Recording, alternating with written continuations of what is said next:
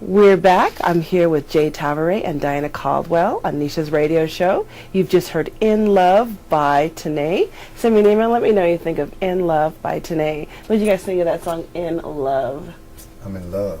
I think it's sweet. I think it's sweet. She's a wonderful Swiss artist. She's here in this country 8 years, and she's like this big blowed up star in Switzerland, and she's making her claim over here in America now. Wow. I think she's beautiful and fabulous. Anyway, so back to Frozen River. What did you think about that opening scene? Well, I have to say, 40-plus-year-old woman, no makeup, smoking, tears running down her face. I think if you told a studio executive that was your opening scene, they would have laughed you out of the room. And yet, it drew us in really fast. And, I wanted to know what was going on. Yeah, it was powerful. Very. It was. It really was. There's just a rawness to the whole film. You really just nothing was sugarcoated. You were instantly transported to this cold, harsh, relentless world where there's just snow and people. It's just. I mean, first of all, when you look at the location, that's very harsh lands up there. It's freezing cold, and it's not like a warm atmosphere where you're going to party down or get down. Right. Wasn't set in Miami. No. And, so it was powerful. I mean, I remember the first time I saw it, I was like, wow! It's almost had it's almost like a documentary feel to it. It was so good. What did you think about those kids? I mean, the older son and the younger son and the blowtorch and. As I said, the kids were great too. Their performances were, One of the scenes that really touched me was when the mother was like, "Leave that damn blowtorch alone," and she went out and she was gonna destroy it. And he's like, "No, it's the only thing my father ever gave me." And they're fighting over the blowtorch, and then finally the boy has to realize what the truth about the situation is. I thought beside the main story, there was a lot of little other stories going on as well. There was there's a dysfunctional family. She was trying to hold it together. So did the native girl. She was trying to hold her family together. It kind of really reflected the dysfunctional American and Canadian families that probably exist. And that was like the sub story. And each one of the characters had their own little struggles and thing going on. The kid trying to do the telephone scam, trying to make some money to help the mother. So everybody was trying to just get ahead. And the boy help his little brother. And I really think the reason the film has got so much attention in an unusual way, it reflects where we are as a nation right now. And we have to acknowledge that a change is here, and we got to just change our way of life to survive. People doing whatever it takes now to survive. When you hear some of the statistics out there, and that film just is so timely. I think that's why it spoke. Both that and Slumdog both spoke to the current times.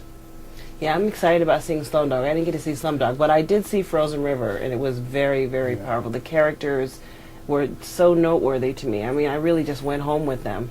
I think I thought there was pieces of it that were really subtle, which I liked. Right. Even the whole thing with when they picked up the Pakistani couple. Oh yeah. And she thought she was. Am I giving away too much of the story? I don't know. Spoiler alert! Spoiler alert! You just don't listen in. You can talk about that. Yeah, it's powerful. The baby. They left. They were afraid that this package had a bomb in it, and it turned out it had a baby in it. So they left it on the river. Yeah. And then the two women had to risk the bad weather to go back and find the child and bring it back. And Stop there. But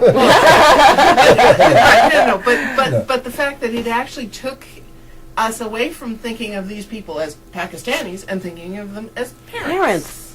And here the native woman was trying to just earn enough money to give her child what that child needed, and it was nice. You just really nailed it correctly, which is I never thought about it to this moment. It was all the races within the film was the same. It was the struggle for your family, the struggle for a better life. The American dream, basically. Yeah. And it was when you think about it, that was like the one, thread that linked all those people, including the Chinese. They had the Chinese who were being smuggled. That's right.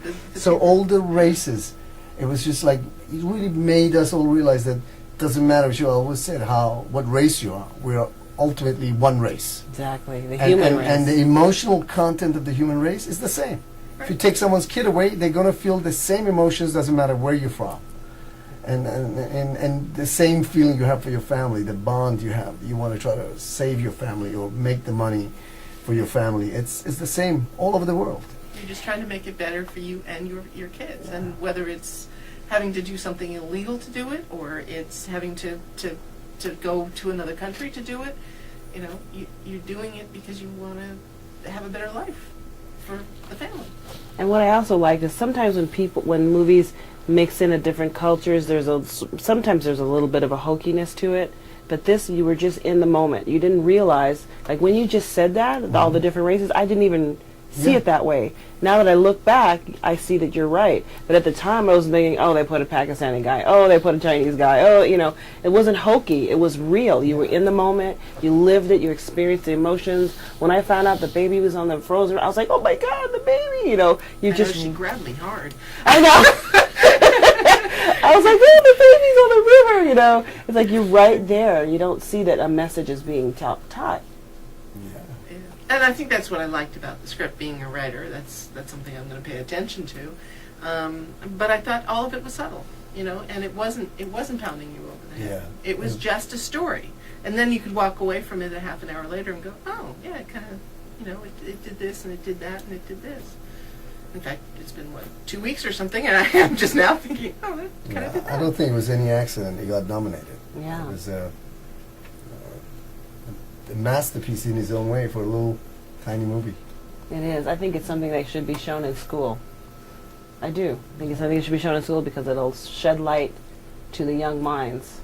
And do it in a way that was fun. I mean, it was still a fun story. Mm-hmm. It still took you along as a story. Mm-hmm. And yet, it did something as well. And I think that's something that, you know, a lot of executives keep saying, oh, no, we're not going to moralize. Well, you don't have to moralize. Nope. You just have to get into that place where you're letting somebody experience somebody else's life. Mm-hmm. Yes.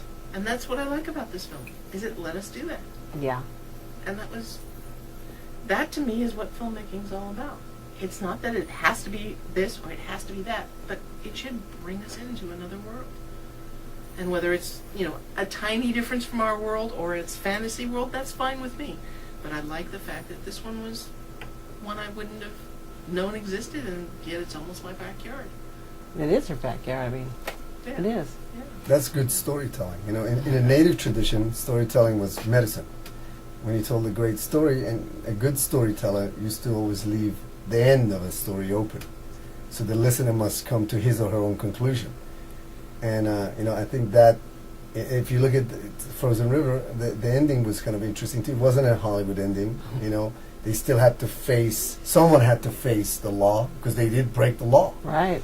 But the sacrifice of one friend for another, by that stage, their bond was, you know, without giving too much away, it was really addressed all of those things. You know, it was right down to the end. It was real. Yeah. You know, that if you break the law, you gotta face the consequences. Exactly. When we come back, we're going to talk about what it means for an indie film like Frozen River to get an Oscar nomination. But first, I want to play a song for you by Tanae. It's called I'll Be Here For You. Here's I'll Be Here For You by Tanae on Nisha's radio show.